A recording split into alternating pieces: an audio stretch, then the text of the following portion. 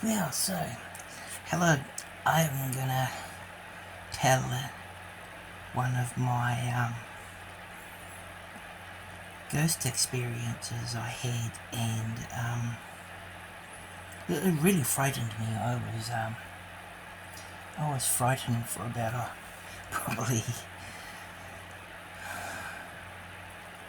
nearly a week, 3, maybe 4 to 5 days. I was very on edge and just freaked out. But it was my fault. It was my own fault. So I had a habit of making light of kind of spirit things and all that. I had a lot of experiences happen to me as a small boy, and it frightened me. I was petrified of the dark. I'd have night terrors. And that's not even the spiritual things that happened, but it was really weird. As a little boy, I'd go visiting somewhere with my mother, and I'd feel just very frightened because I could feel a spirit or something in there. I still get that now. But as a little boy, you don't know what it is, But I know now if I get it now, it's that kind of, it's like an inner warning telling you, like, there's something here. And, yeah. But this situation happened in 1988. I was 20 years old. Oh, no, I might have been 19 going on 20. These three guys here. The one in the doorway is Stevie Hawkins, Stiff. The one sitting on the steps, Spinner, Gary Williams. He's passed away now. And the other one's Justin. Cheese, his nickname was Cheesy. Everyone had all those three people, including myself, had nicknames. I was called Blondie, Steve we called Stiff, Gary we called Spinner, and Justin we called Cheese Dick. And the hut there is cabin 5, and the blonde guy on the right hand side, funny guy, funny pants,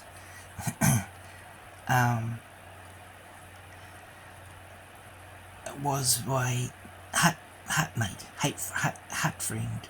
What would you call him? Like, we shared a hut, and the corner here, where Steve is in the doorway, there's a bed there, and there's another bed on the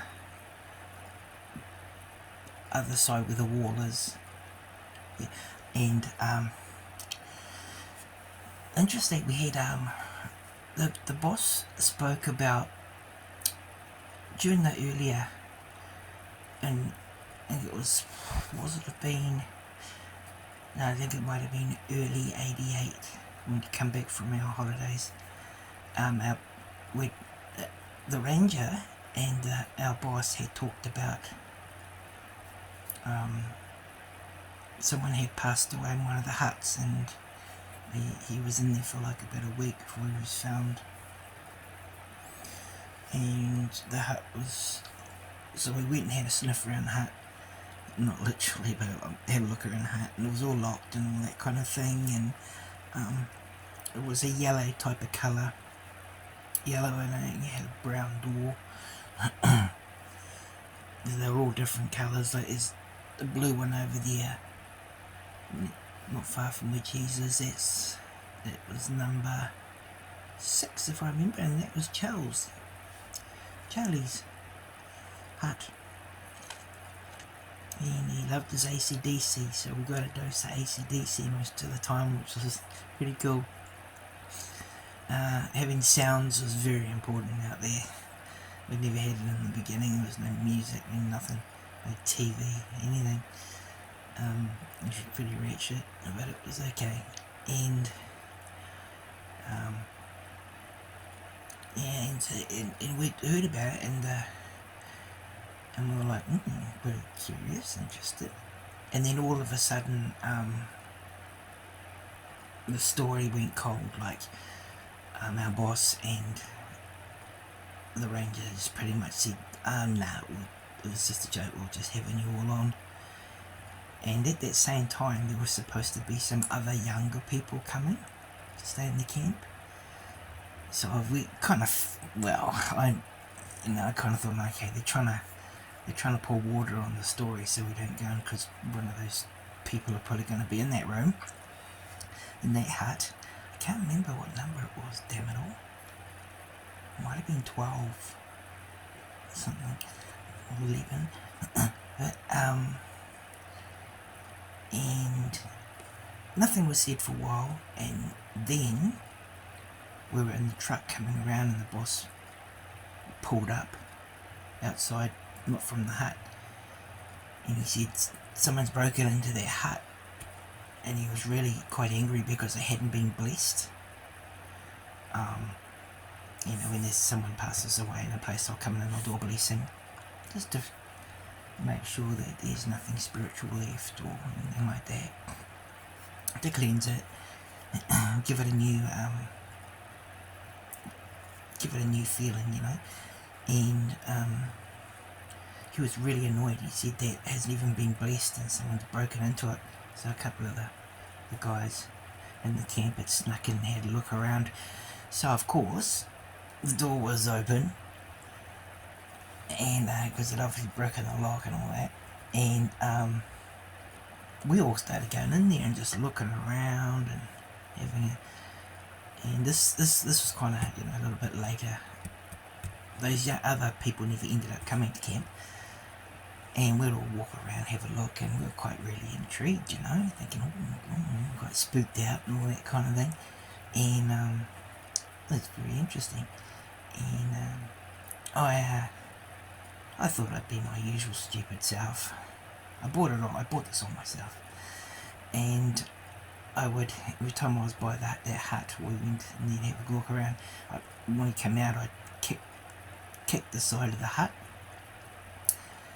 and I'd just kick on the side of the hut and go, come on, Casper, come on, Casper, Casper, Casper, come on, Casper.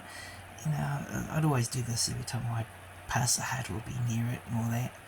And I think everyone kind of like saw me as a bit of a crazy dude anyway, I was always cracking jokes and doing stupid things and all that.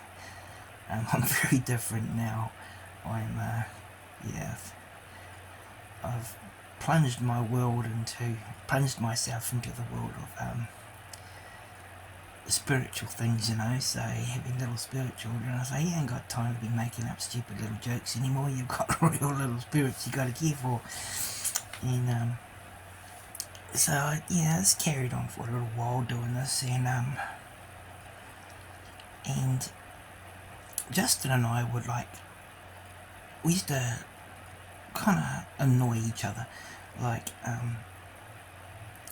Sometimes he'd leave the light on because he wanted to read, and I couldn't sleep, or I would do the same to him. Sometimes he'd get up and pull the light bulb out, and we used to just do things like that, to each other. And so I thought, right, stuff this, and I went in the bed. I was in the main bed, he was in the stretcher one, and I kind of put a sheet across the top of the springs to make it dark, and I put the mattress underneath it. It was like a cabinet thing you could get in there, so that I could sleep inside the underneath, so the light wouldn't keep me awake. And I slept underneath for a little while. It was quite good, worked, And then something happened one night. It was early hours, and I knew it was early hours because around till about maybe 12 or a little bit after 12, maybe 1, to then you'd hear people thumping around in their rooms. You'd hear chairs being dragged across the floor, tables being moved. You'd hear banging and crashing from the other guys in the camp, because being out in the bush, it was really quite quiet. You know, you didn't have, instead of cars and car horns and that kind of thing, you know, you had screeching possums or insects and stuff like that. You know, and I went to sleep and I was crashed out, and then I woke up and I was on my back and I looked up and I could see feet walking on top, pressing down on the wire, on, you know, the bed spring thing that was on top. I could see feet pressing down on them, you know. It's like something was walking on there. I was looking at it, oh, what the hell? And I thought, well, okay, someone thinks they're funny. So I opened up the little hatch and I put my head out, and just to say, you know, like, really piss off, dude. And I kind of had a look, and to my surprise, there was no one there. And that kind of frightened me quite a lot. So what I did was I pulled myself back in and I shut the door. And next minute, that door, that brown door right there, that door just started smashing open and close. It was so loud. Justin didn't wake up. He didn't wake up. He didn't even hear it. And this noise was just boom, boom, boom, boom, boom, boom. The whole camp would have heard it, but nobody heard anything. And I was frightened. I was frightened. And I put my head under the blanket and I just hid under there. And then it stopped. And then after it stopped, it went back to a light breeze, because the light breeze was kind of making it just go back and forwards and lightly tap against the thing. And I didn't want to get out. I thought, I'm not getting out, I'm staying in here, under here. You know, I would have thought I would have heard footprints or something like that, or, you know, especially after something being on top of the bed. And I was freaking out. And in the morning, I said to Justin, I said, did you hear the door banging last night? He goes, nah. And I was like, how the hell did you not hear that door slamming? You know? How the hell did he not hear it slamming? And I know it wasn't him, because I poked my bloody head out when the footprints were up there. But there was no one there. And I was frightened. I knew what it was. I knew that I had attracted the attention of that spirit. And yeah, and I was shit scared. You've been telling the story, I get a little bit, he speaks about this part. I was too afraid to go to the toilet by myself. The second night, and because, you know, cheesy, him and I are always playing jokes on each other and stuff like that, I made him, the second night, when it was night time, I made him walk me to the toilet. And I said, wait there while I take a piss. Just wait there. And then, of course, what does it do? He sneaks out. So I come out, and I'm by myself. And I sprinted back to the room. I was so pissed off with him. And then that night, I was just scared. So what I did was I said, hey, can I tie a piece of string onto your wrist? So if it comes back again tonight, I can yank on the string to wake you up. He goes, oh yeah, cool. So I put a bit of string there, and I had the other end, and then we went to sleep. And thank God nothing came back. But what I'd also done was, I'd heard that if you put bread around the place, the ghosts don't like bread. So I made little crosses, and I had bread put around the hut. I was really frightened.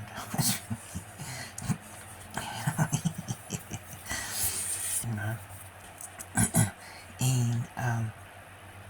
And lo and behold, woke up in the morning, it was all good, nothing had happened. And I went to pull on the bit of the string to wake old Justin up for a joke, and the prick had undone the string. He'd actually undone the string. And I thought, oh, you bloody dickhead. He said, oh, well, and I thought it was funny, and I thought, yeah, that really got on my wick. Because, he must have thought I was just imagining it, or I wasn't. And I never ever banged on that fence, on that wall again, except there was one time I did, and that was when we'd already left Mangatū, and we went to visit them. We'd stayed the night in one of the huts. Everyone had gone by then, but there were some workers there. And when we were about to leave and hop in the car, I went and kicked the shit out of the hut and said, come on, Casper, try it again, come on. Not just hadn't learnt, And had nothing happen, which was good. But then I'd heard a story from our camp lady, and she said that they had Canadian forestry workers that were staying in the camp working there, and they said that in that room they were staying in, they were getting their legs pulled and stuff like that, and woken up. And they said the only time it stopped was when they put this bottle of beer. They put a bottle of beer on the little table that was in there, and they said it stopped. And she goes, I think they just said that so they could try and get a hut down the bottom. But no, this guy apparently was an alcoholic, and all his beer crates were still there, but to the side, of the other side of the track, and there were piles of them. So they had actually given the spirit a calming down thing, like what I do with my little kids. I give them treats and stuff like that, and they love that. So they'd put that bottle of beer there and left it there, and it stopped. Yeah, so he was obviously, yeah. But she said, nah, they were just playing around, and I said, well, I don't know if they were actually. But because it was before our camp lady's time that all this was going on. She might have been there when I had the experience, but she wasn't there when we found out about it, and I don't know if she knew about it. She might have knew about the hut that someone had passed away in there, but no, I believe them totally, But yeah, so that was. I'm not like that anymore. I've changed a lot. I'm very respectful of stuff now. I've learnt a lot, so that was a story that happened, and yeah, so like the huts are all gone now. If I was to go back up there and they were still there, I wouldn't go near the damn thing. I wouldn't do it. I've got to be careful as well, like where I go now, because I can't take the little ones, because the little ones, if they're with me, like in these places I eat, that wouldn't be good to go to. Just got to keep them safe. It's like, having kids in there thing, you got to keep them safe. So so that's another story to add, and yes, I learnt the hard way again. Anyway, thank you for listening. Bye.